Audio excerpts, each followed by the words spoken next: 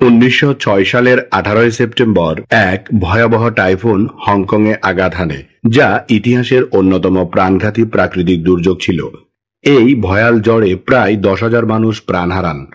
সমুদ্রের জলোচ্ছ্বাস, প্রবল বৃষ্টি ও শক্তিশালী বাতাসের কারণে শহরের অবকাঠামো ব্যাপকভাবে ক্ষতিগ্রস্ত হয় এবং অগণিত মানুষ গৃহহীন হয়ে পড়ে। এই প্রাকৃতিক দুর্যোগ হংকংয়ের ইতিহাসে এক গভীর শোকাবহ অধ্যায় হিসেবে স্মরণীয় হয়ে আছে।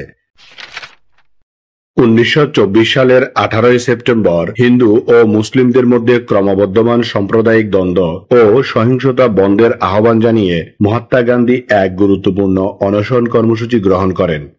গান্ধীজির এই আত্মত্যাগমূলক উদ্যোগ জাতির বিবেককে নাড়িয়ে দেয় এবং সাময়িকভাবে হলেও সাম্প্রদায়িক উত্তেজনা প্রশমিত করতে সহায়ক হয়।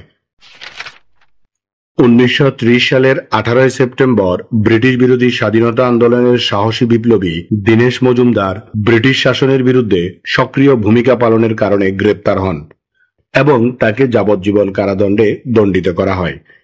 তিনি ভারতের স্বাধীনতা সংগ্রামে যুব সমাজকে বিপ্লবের পথে অনুপ্রাণিত করতে গুরুত্বপূর্ণ ভূমিকা পালন করেছিলেন।